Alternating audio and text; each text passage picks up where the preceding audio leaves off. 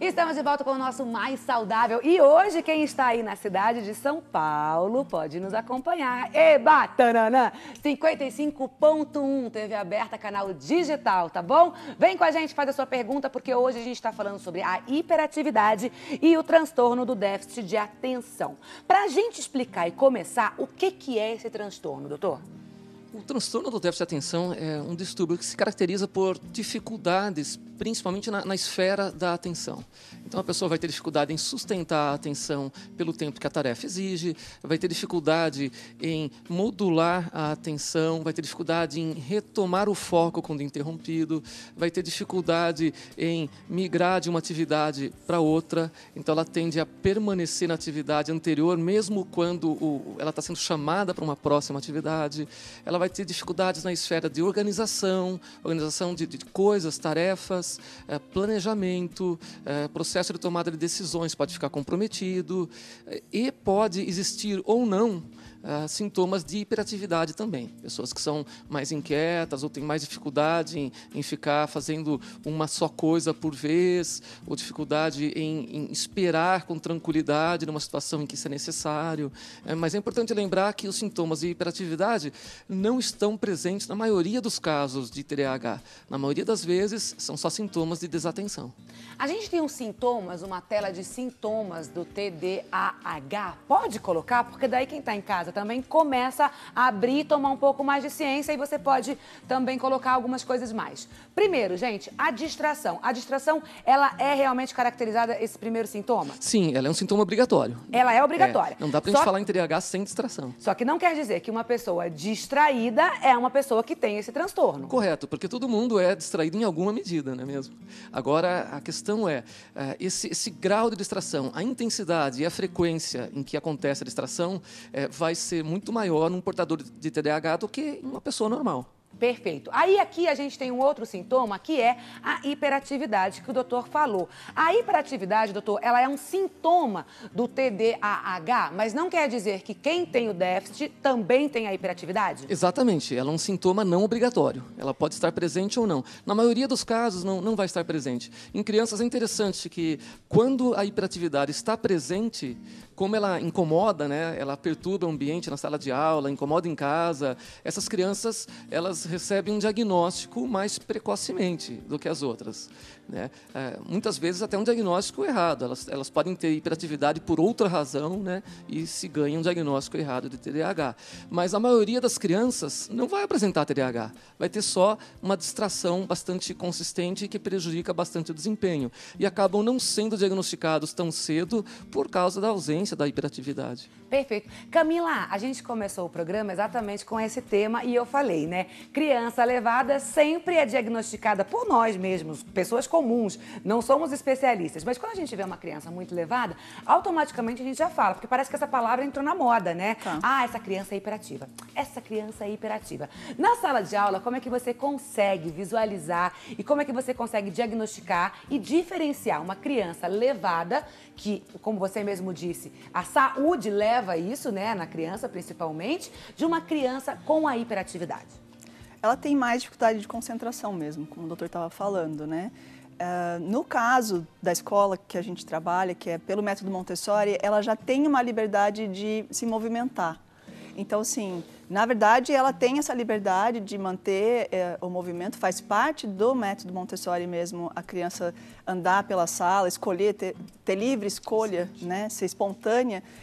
Então, quando é que a gente vai perceber isso? É quando ela não consegue pegar um material e finalizar ele no processo todo, né? Ela começa e nunca termina, ela vai pegando um material após o outro, ou ela não consegue nem controlar o corpo de ficar sentada para fazer algo. Ela fica andando ou até correndo no ambiente da sala de aula. Então, aí a gente acaba, vamos observar melhor essa criança para entender as causas dessa hiperatividade. E aí depois, quando você percebe essa criança, dessa mesma forma que você acabou de descrever, qual é o segundo passo? Vocês chamam os pais, perguntam como que é essa criança em casa também, se ela tem as mesmas características que ela está apresentando na escola?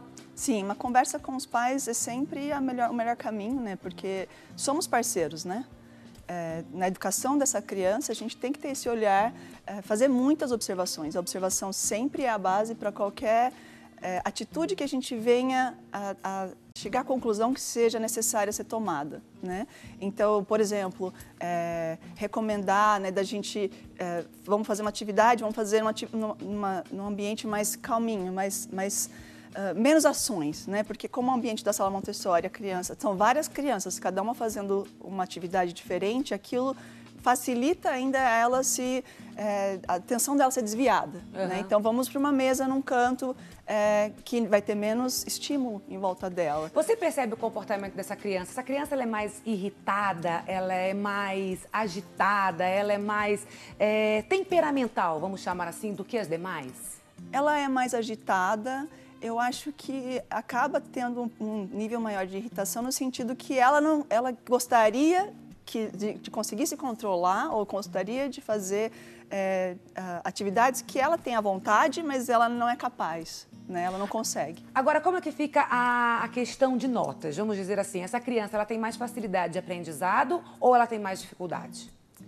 Então, assim, tudo depende de como é que você conduz o ambiente da sala, né? Pelo método Montessori, com a liberdade que ela vai ter, o respeito que ela tem de seguir o ritmo dela, o tempo dela, fica assim, vamos avaliar ela quanto às capacidades que ela tem, mais do que as incapacidades, né? Então, a gente sempre vai procurar trazer para ela um desafio adequado ao que ela consegue realizar. Aí sim a nota fica adequada ao perfil dessa criança. Mas com a sua experiência, o que você percebe assim? Essa criança que tem o TDAH ou a hiperatividade, enfim, ela se destaca melhor em que matérias?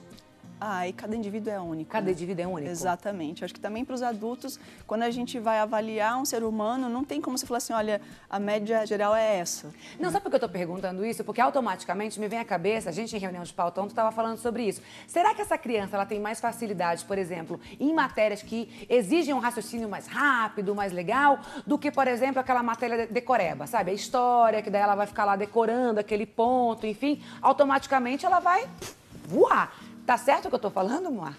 Tá certo, sim, Cissa.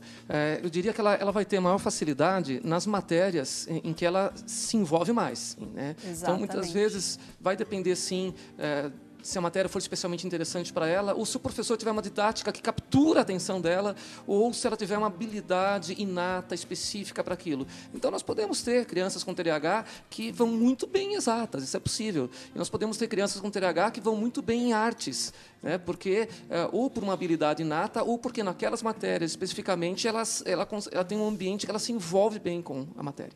Perfeito. Vamos continuar aqui os sintomas. Eita, isso dá papo mesmo, hein? Se bobear, a gente fica até 6 horas da tarde aqui. É muito interessante, eu adoro. E ainda hoje tem um teste, hein, gente? Nós vamos fazer um teste que o Dr. Marcos vai analisar. E aí, desse teste, a gente vai entender nosso comportamento e vai saber se a gente precisa ou não buscar um especialista, certo? Para ver se acusa aí o DT... Não. TDAH. É isso aí, essa sigla aí, esse transtorno, tá bom? Bom, o próximo sintoma que aparece aqui no TDAH é a impulsividade. As pessoas com esse transtorno, elas têm essa questão da impulsividade. E essa impulsividade, será que ela está relacionada a eu quero resolver logo, papum, eu vou fazer. Sabe assim? Tem isso? Não é esse tipo de impulsividade, porque isso requer iniciativa, né? Vou resolver logo, né? É verdade. E a iniciativa nelas é comprometida. É um tipo de impulsividade que pode acontecer mesmo naqueles que são só desatentos e não são agitados. É interessante. Quando a gente pensa em impulsividade, a gente pensa em pessoas agitadas. Mas no TDAH, a impulsividade pode aparecer mesmo na ausência de agitação. Então, um exemplo. A pessoa é calma dirigindo, ela é tranquila, né? Mas ela é distraída, né? E aí, do nada, ela pode fazer uma manobra imprevisível, né? Ou comprometendo a segurança de quem está atrás, por exemplo, pela imprevisibilidade da manobra. Isso é uma impulsividade. Ou falar sem pensar, né? Simplesmente, quando viu, falou. Não precisa ser agitado para isso. Ou, por exemplo, está dirigindo, o celular toca, não tem aquele 2 segundos para pensar que não deve atender. E quando viu, já atendeu e já quase perdeu o controle do veículo. É esse tipo de impulsividade que acontece frequentemente no TDAH. Muito bom. Aí a gente tem aqui também um outro sintoma, sintoma que é a agitação e logo em seguida aqui vem o esquecimento. Então essa pessoa, ela é agitada em que sentido? Porque você delineou muito bem a impulsividade do que a gente acha que é com a iniciativa e esse tipo de impulsividade que você acabou de explicar. Quando a gente fala aqui da agitação, é só isso, é uma pessoa que é agitada. Ela acorda cedo, ela faz tudo ao mesmo tempo, ela tá sempre na muvuca, no vucu-vucu. Isso é agitação do TDAH? Isso é agitação, mas não do TDAH. Então, vamos eu diria que essa é uma pessoa pilhada, né? É uma pessoa assim ligada na tomada e ela pode não ter nada ou ela pode ter um temperamento mais hipertímico, né? Com mais energia que os outros. TDAHs até podem ter isso também, mas só uma minoria deles vai ter isso. A agitação do TDAH ela é mais dependente do contexto. Ela aparece ligada a contextos específicos. Então, por exemplo, uma reunião de trabalho, o portador do TDAH vai estar lá sentado, mas vai estar se sacudindo na cadeira, né? Vai estar no cinema, igual já aconteceu do meu lado, a pessoa chacoalhando o chaveiro, fazendo barulho no cinema e não percebendo que o barulho está atrapalhando assim, a atenção de todo mundo. É esse tipo de agitação mais dependente do contexto em que ela está. Doutor, peraí, que a gente vai estar analisando, né, gente? Analisando os próprios amigos, é uma coisa maluca, por isso que eu adoro esse assunto. Eu tenho um amigo que eu não posso contar o nome, senão ele vai me matar. Mas, aonde a gente vai, eu não sei se ele fica muito nervoso com a minha beleza natural, mentira. Mas aonde a gente vai, a perna fica assim, ó, fica batendo. Uma perna só, a outra não, mas ele fica assim, ó, gente. A perna batendo, uma perna só batendo o tempo inteiro. Pode ser essa agitação que o senhor está falando? Pode ser, sim. É claro que é necessário, num caso como esse dele, verificar se isso acontece em outros contextos também, e não só diante da sua beleza natural, Cícero, para poder dar diagnóstico.